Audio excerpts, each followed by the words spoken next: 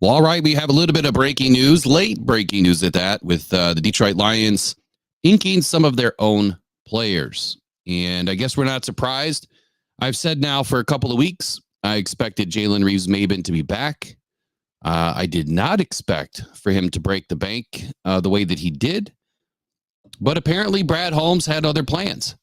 So congratulations, Jaylin Reeves-Maybin, for coming back to the Detroit Lions. But not only is he coming back, he is coming back as the highest paid special teams ace in NFL history. According to Mike Garafolo, let me get this up on the screen for you guys. Says here that Jaylin Reeves-Maybin was slated to be a free agent here in a few weeks. Now he stays with the Lions and gets a full guarantee of $5.245 million, including a $2.5 million signing bonus. Those are also records for a core special teamer. He went on to say below that the Lions have agreed to a contract extension with Pro Bowl special teamer Jaylin Reeves-Maybin. And according to his agent at BD McLaughlin, it's a 2-year, $7.5 million deal worth a max of $8 million. That makes him the highest paid special team player ever. So what does it mean? I mean, I have to say this. Look, I'm excited that he's back. He had a heck of a season. But is this a one-trick pony, you know, that had a good season?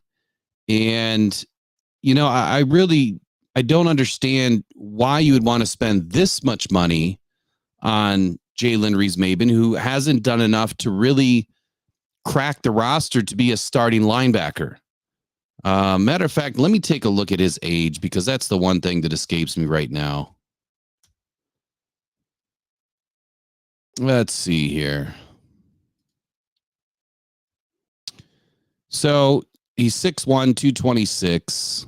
He's 29 years old. So, you know, maybe that's just a baby for Brad Holmes. We've seen him sign some 34 and 36-year-olds this last season, late in the season. So maybe 29 is just, you know, that ripe for, you know, Brad Holmes kind of age. I don't know.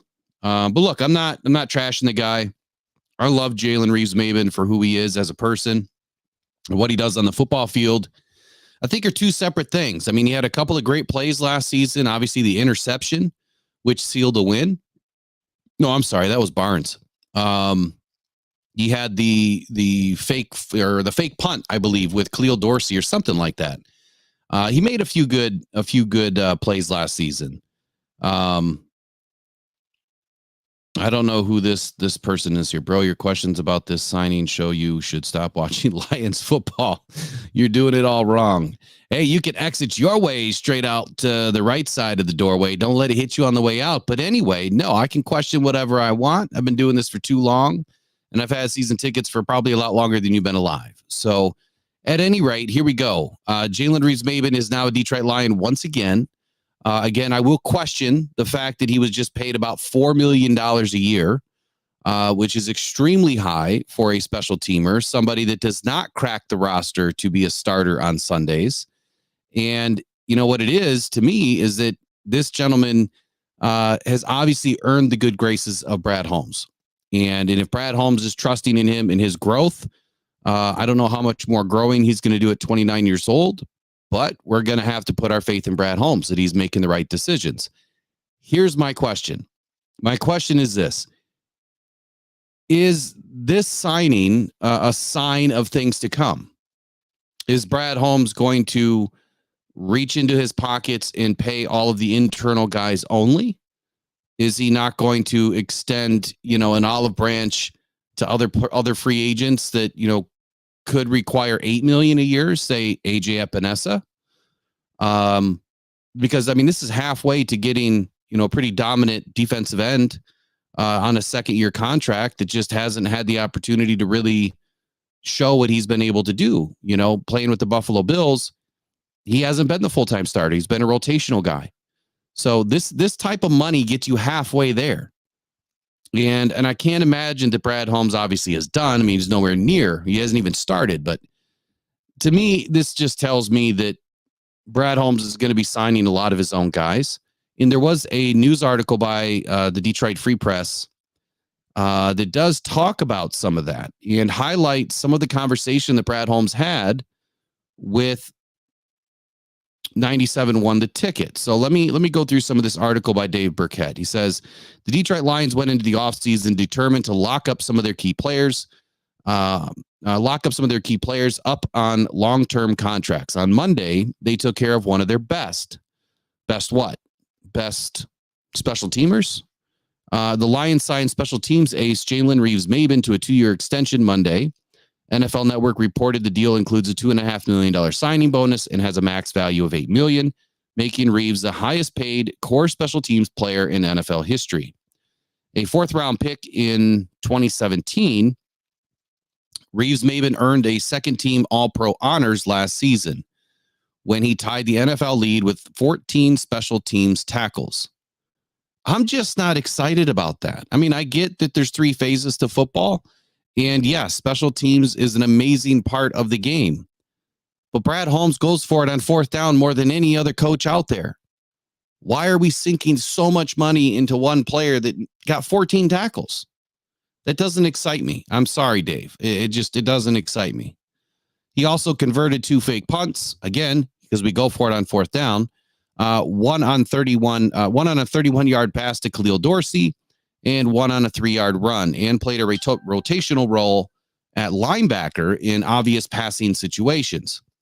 I would question the passing situations because we got burned all season long in the pass, and especially in the intermediate route. So I apologize if I'm not like jumping up and down over Germ. I do like him. I wanted him back on the team, just not at $8 million. I thought that maybe he would get like 1.75 a year. Not 8 million, over 2 seasons, but it is what it is. Like I always say, I hope that Jaylin Reeves-Maybin proves me wrong and, makes me eat crow tomorrow, because I would appreciate that he goes out and busts it on the football field and goes out and has an incredible season in 2024. So it goes on to say that, he had a Pro Bowl season this last season as a special teamer.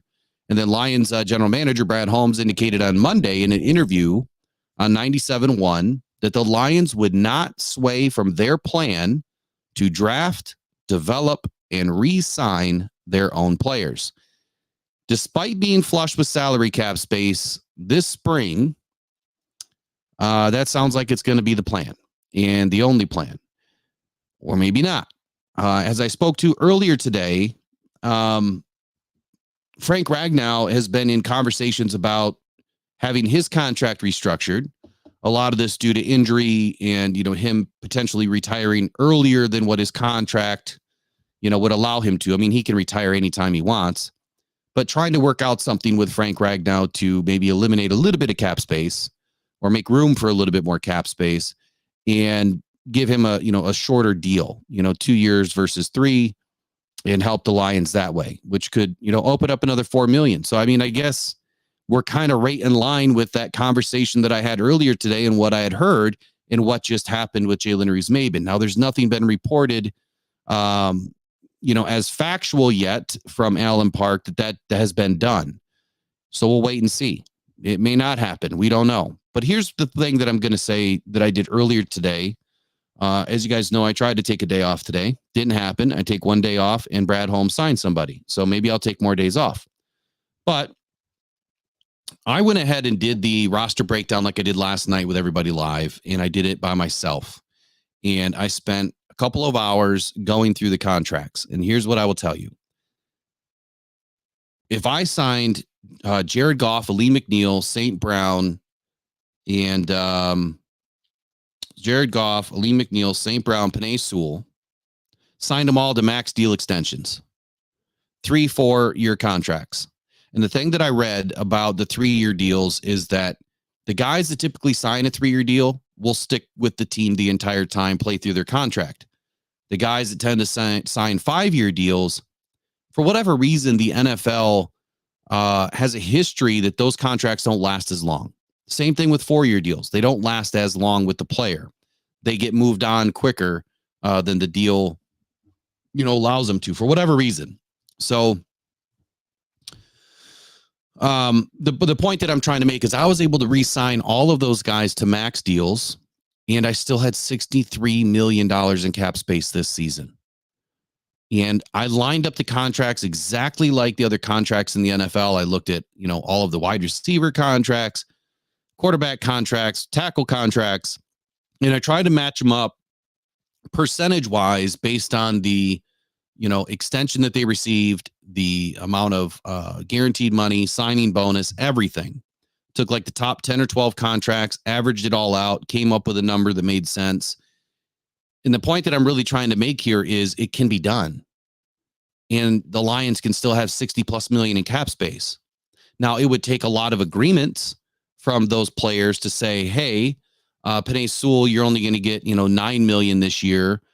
St. Brown, you're going to get, 8 million this year. Goff, you're going to take 22 million this year. Aleem McNeil, you're only worth 9 million, but some sources say you're worth 13 to 14 million, and it could be as high as 17 million, but we're going to give you 12. So it can be done. And I guess the point is, we don't need to go out and sign a bunch of cheap people. We really don't. You could go out and get a couple of dogs. It's only going to cost about $10, $11 million to sign the entire rookie class this year. You don't need 20 million like, the years past, because we were picking in the top 5 all the time. So there's a lot of space, and there's a lot of opportunity for Brad Holmes to really go out and make a difference on this team this year. The question is going to be, is he going to do it? And I'm holding out hope. I really am.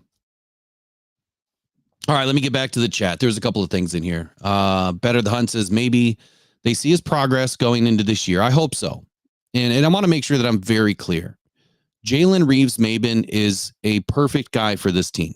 1,000% is a perfect guy for this team. His heart, his grit, his tenacity, the way he gets after it on the field, off the field. I mean, he's a good locker room dude. Anything you read about Jaylin Reeves-Maybin is good. And he doesn't make headlines because he's never in trouble. He only makes headlines when he makes good plays. So he's a good dude all the way around. I'm glad that he's back on the team. I just question the amount of money. Like, was there another team out there that was going to pay $4 million a year for Jaylin? That's what I don't know. Does it make a big difference if you would have saved 2 or 3 million? I don't know. Maybe.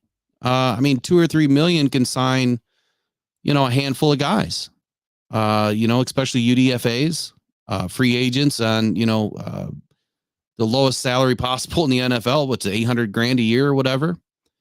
I saw something in here about AJ Epinesa. Donovan Amos, how much the season tickets cost? They went way up this year. 60% up or something crazy. But they're not cheap. It used to be, I don't know, 125 a game times 10 or 8 seats and then 2 in the lower bowl. But it's way up now.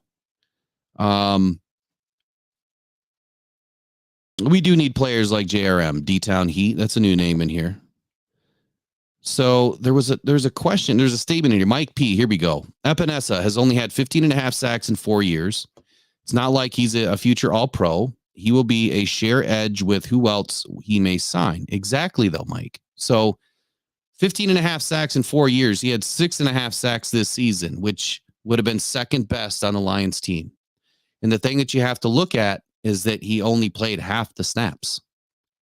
So he only played half the snaps because he was rotating with Leonard Floyd and others. So if you bring a guy like that in and you give him more opportunity, the theory is he's going to produce more. He's going to have more production. So AJ Epinesa coming into the house for around $8 million a year and somebody that produced 6.5 sacks this season. Again, that's better than Aleem McNeil, and it's better than everybody else on the team other than Aiden Hutchinson. So I would take that all day, especially if you can go out and sign 2 or 3 of those guys, and you've got depth, you've got rotation, you've got a starter.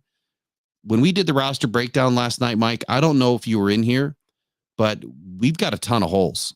Like, there's a lot more holes on this team than I think people are giving credit to. Like, we have no corners. Linebackers are fairly solid. We have no offensive linemen past our starters. We have no guards. Let me say that again. We have no offensive tackles really past our starters. We have no guards. We have a bunch of future contract guys. Quarterback is solid. Running back is solid. Safety's okay. Couple of holes with backups. What else? What am I forgetting here? Tight end. Big time problem. We got Sam Laporta and James Mitchell. Everybody else is hurt or, maybe not worth the kind of contract they're looking for. So we have a ton of holes to fill. We now have 46 guys under contract that are active. The top 51 has yet to be filled out. We have over $60 million in cap space. And at this point, if you still have 44 guys to sign before training camp, I guess I'm looking for the reason why Brad Holmes is spending this kind of money right now and not looking for other free agents that we know can come in and start.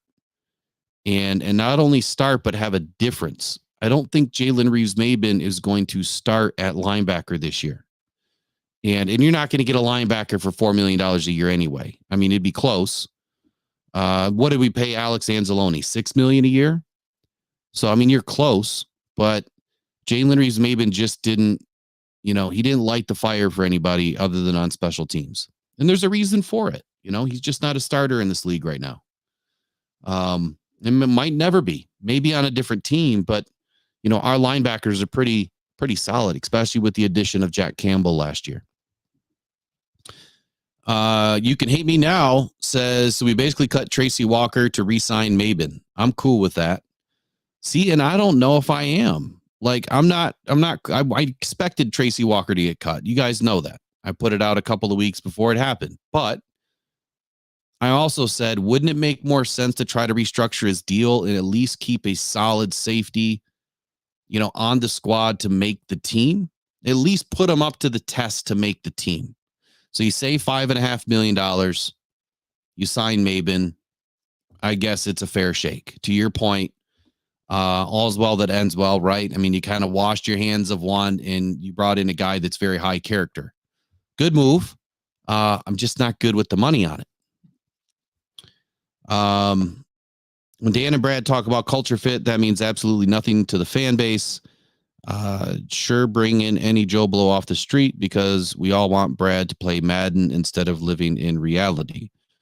I personally don't play Madden, so I wouldn't know what that's like, but we are all, at least on this channel, 1,000% into culture, but we are also into making sure that we have an identity that fits the mold to get better every year, which is what Brad and Dan talk about every single day, getting better. They want upgrades every single year. So yes, he wants to sign his own guys. I expect it. It's the best thing you can do if you can bring your guys in from the draft, shape them, mold them, make them better players, better humans, and then you get a chance to re-sign them if they're worth it. But I don't believe that, and I'm not talking about Germ right now, I don't believe that you would just bring anybody in, from the draft, and if they don't pan out, you don't continue to sign them just because they're your guy. So you got to look at both sides of the coin. And I don't think Tracy's game was trash. I really don't. I just think that he had a tough, coming back from a major injury. You have to remember that. He came back off of major injury in 2023. And sometimes it takes an extra season to get going. And by the time he really got going, that safety room was pretty much locked down. And I bet you this season, Tracy has a good season for wherever he ends up. I guarantee it. Unless he gets injured. I've seen it time and time again. You come back off a major injury, it takes time. I mean, look at Jameson Williams. It took him a season and a half to finally do something. And he had plenty of opportunities, dropped a ton of balls. So it takes time. When you come back from a serious injury, it takes time. It's just when you're being told that the person's good to go, they're ready to go, they're 100% fine, and then they don't produce week after week after week after week, that's when you know that there's an issue. And there was too many things going on with Jameson, but I believe soundly that he's going to have a good season in 2024. I think that his confidence is where it should be and where it needs to be. I think that he had a major confidence issue in 2023. Yeah, I wouldn't be mad, Amos, if Hunter and Burns and Chris Jones aren't coming to Detroit. You guys already know that I've already said that they're not coming. I don't see Brad going out and signing a giant free agent. I've been saying it for weeks. I think that if there is one that he'll sign, it's probably going to be a corner. But that means he's got to draft something, on the right side of the defense or the interior. And I guess to second that, as far as corner goes, the second position I think Brad would try to find in the free agent market is a defensive tackle.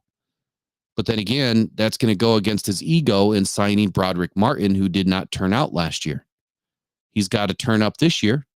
If he doesn't, and if we don't sign anybody, we're going to be in trouble. I'll tell you right now, we are not going to win with Broderick Martin's play of 2023 and Aleem McNeil and Aiden Hutchinson and no upgrades on the right side of the defense or no upgrades at cornerback. We will not win. We had a pretty good team last year. A lot of halvesies in there that we're just not quite there yet. And a lot of them are going to be gone this year. Better the Hunt says, do you think Will the Brad is in the current discussions with the dogs and players we need? Do I think he's in discussions? No. I think that a lot of that starts this week, though. So a lot of players that'll head to the combine this week, they usually get permission, from their teams to have conversations.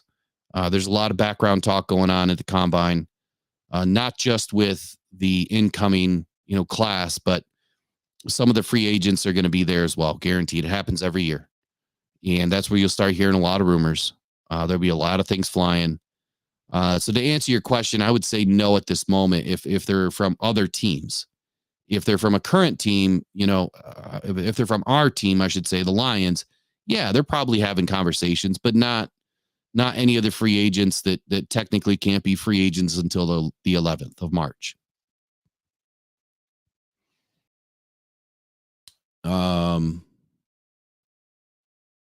Does Brad and Dan 100% believe Mosley is the man? I hope he does not. I really hope he does not. Yeah, no problem. Better the Hunt. So Mosley, I mean, that's something that I picked up on when Brad did his final press conference, right? He painted around that picture of Mosley only had one major injury in his career before the second one. And if you guys go back and watch it, you kind of catch the facial features change a little bit, almost like he's thinking in his head that he knows what he's about to do, like he's going to bring Mosley back. I don't know. I don't know if I hope I'm wrong, but I do not want Mosley back on this team. What are you going to do with him? I mean, the only thing you can do is shelve him till week 8 and say, look, we'll use you in the second half of the season. You need to get healthy 100,000% before you step back into a game. Last year, he had that cleanup procedure and he was never right after that. And he kind of forced himself to get back onto the field, and he did. And then, I mean, what did the trainers do? Did they not focus on the other leg at all? Because you know what happens when one leg goes down and you're using that other leg a lot and you're overworking it, those tendons and muscles and everything else kind of get overworked and overfatigued. And if you forget about that, that's how you get weaknesses. If you end up having a minor tear that maybe was missed in the first injury and you just made it worse, and then you finally go out there and bang. So there's so many different things that can happen, but anybody that's ever suffered a major injury knows that you've got to focus on the other side of the body that's healthy too. And I don't need to tell them that. Those guys are way beyond anything I'll ever understand about the medical side anyway. Donovan Amos says, we're doing good so far. Just don't re-sign Reynolds or CJ. Which Reynolds? Craig Reynolds or Josh Reynolds? I'm okay with signing Josh Reynolds. You see, now, what if you could have got Josh Reynolds for the same contract that you just gave Maybin? And if you're hanging, Reynolds kind of out to dry because he dropped a couple of balls in the biggest game of our, of our fandom so far of the Detroit Lions, I wouldn't go that far. I really wouldn't. There's a lot of games that he won throughout the season or helped win throughout the season that, really had an impact on us even getting that far in the season. So I'm good with Reynolds.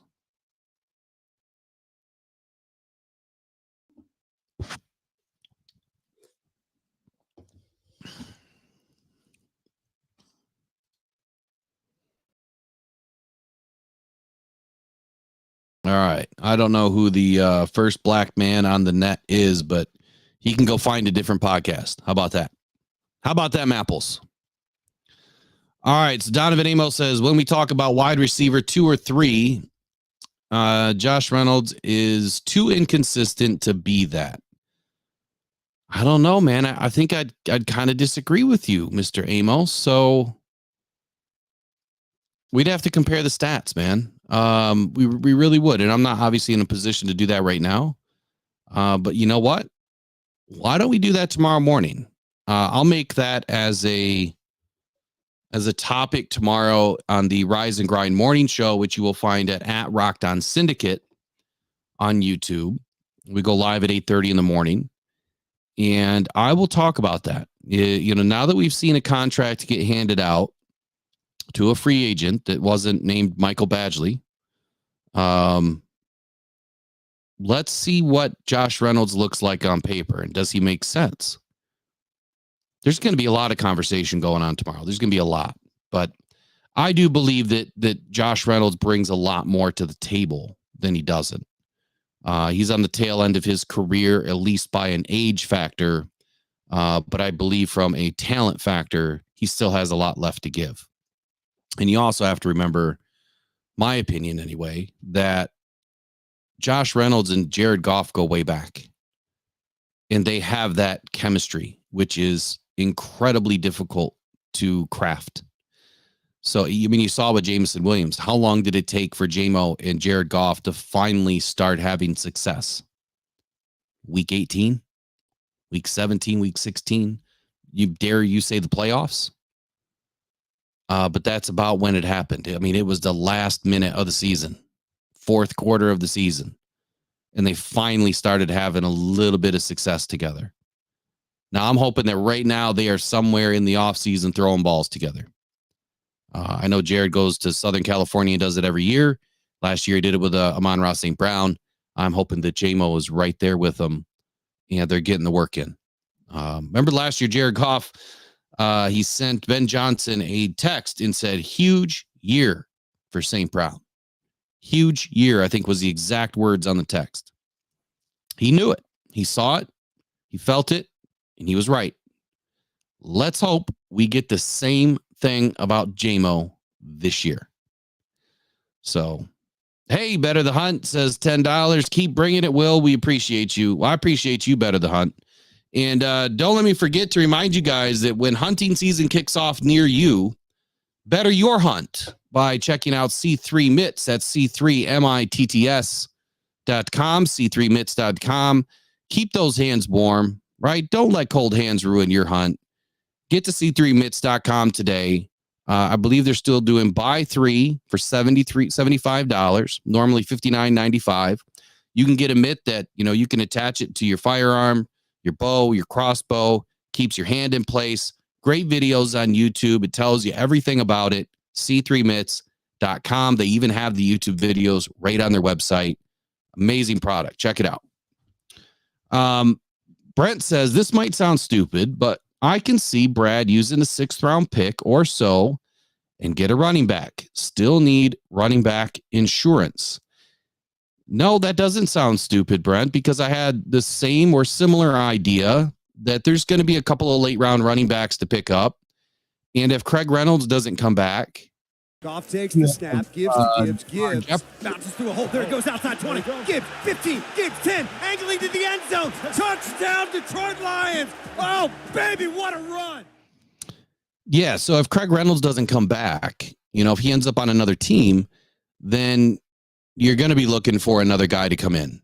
And then you have Jamar Jefferson, which we know he's kind of just been a placeholder.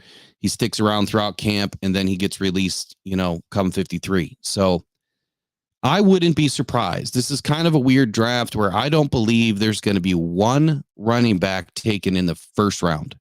Now, for the last many years, there really hasn't been a whole lot taken in the first round until Brad Holmes came along. There might have been a couple in the last few seasons, but primarily running backs have been going, I think, in the second round, primarily early second round.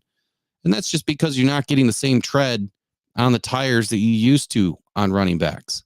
And you're getting running backs more often. I mean, this is not, Barry Sanders, 10 years straight, 1,000 yards a season. It just doesn't exist anymore. The Emmitt Smiths, they're just not around anymore. It's a different league. It's a different game. So I'm on your boat. I'm rolling with you, Brent. I promise you that the Lions are going to take best person available, best player available. And if it's a running back, hey, we saw both Gibbs and Montgomery go down last year. And then they all started falling like dominoes. I mean, Craig Reynolds got hurt. Zonovan Knight blew up his hip.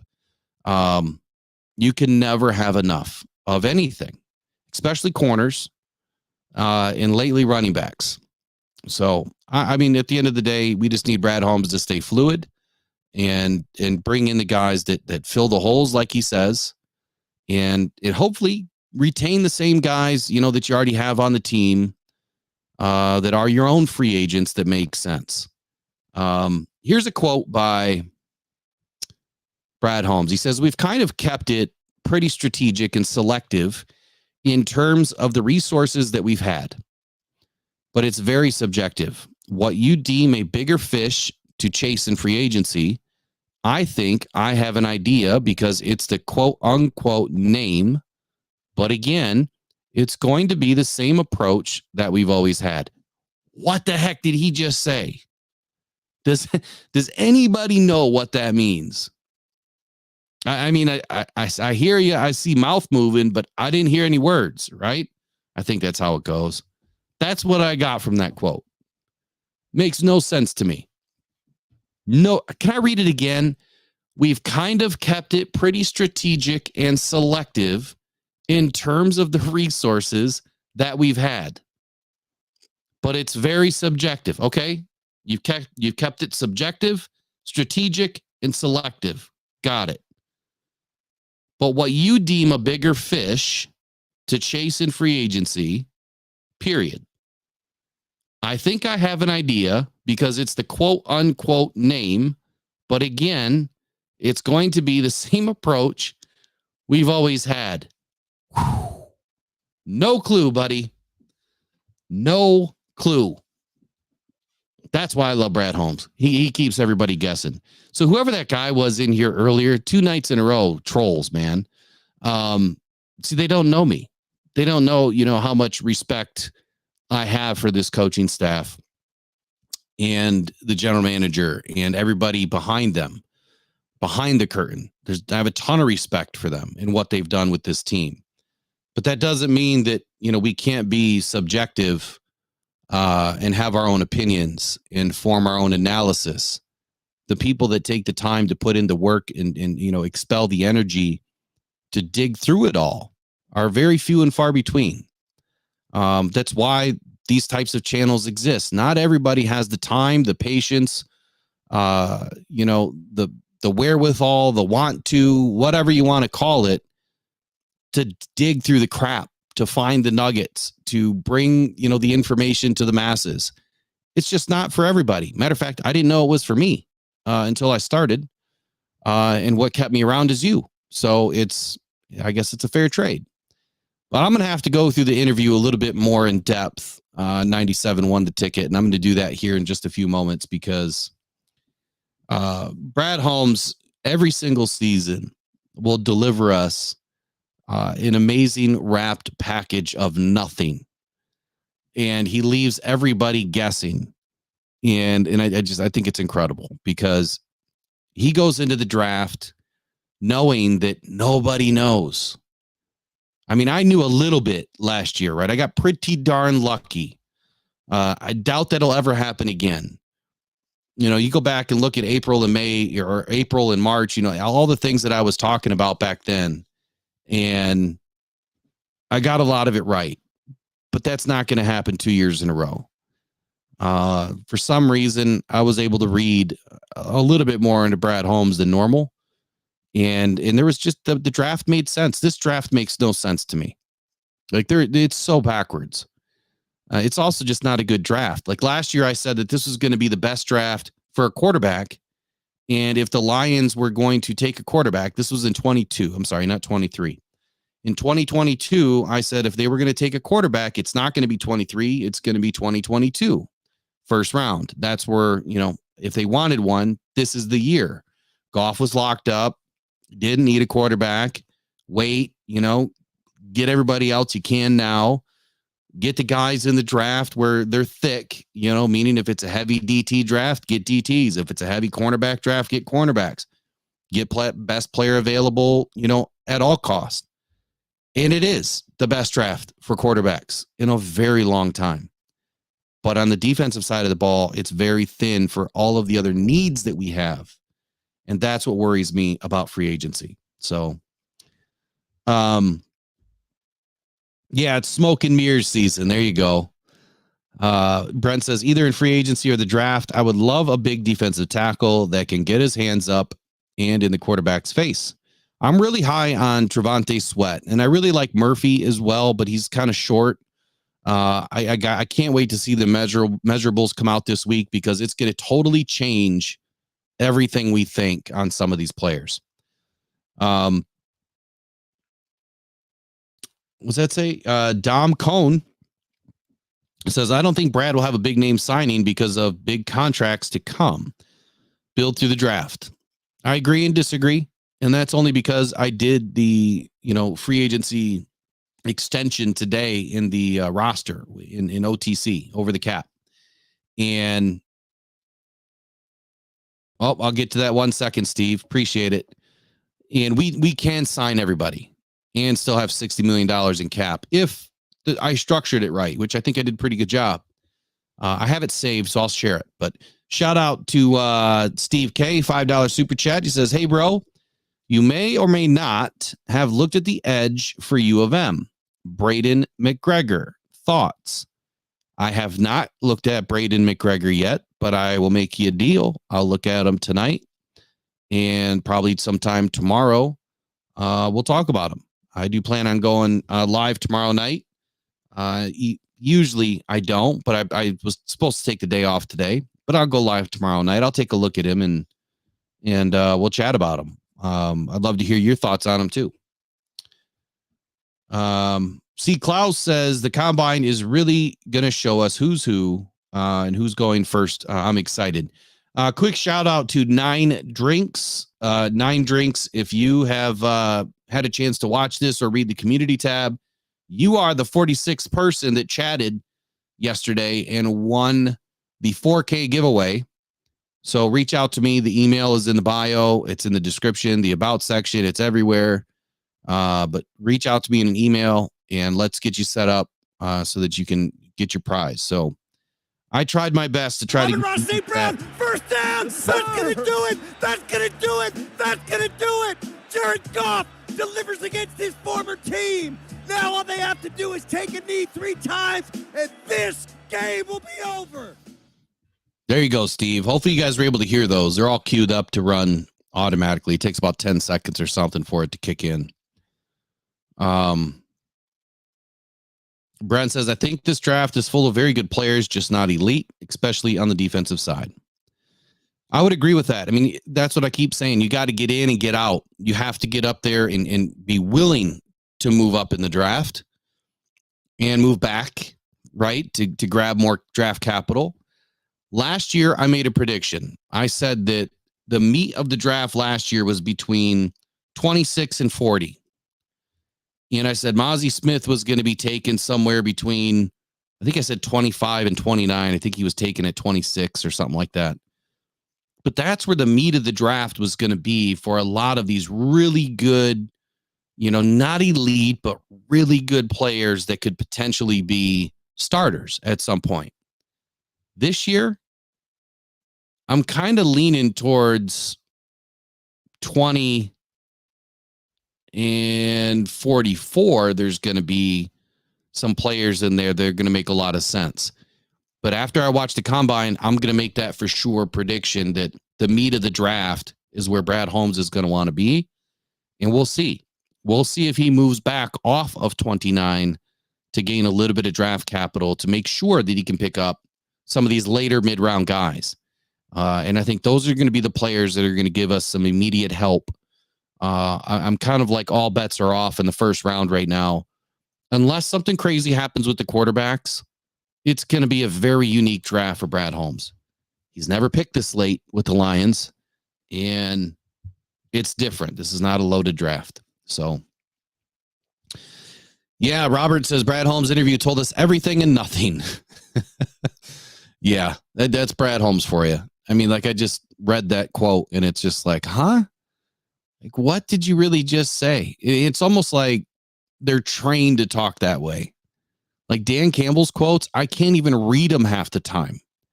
Like sometimes I'll have to like cut it down and change some words around and then not even quote it because it's no longer a quote, but just to get the point across. So look, this was supposed to be a literally 5-minute live to break the news on Jaylin Reeves-Maybin.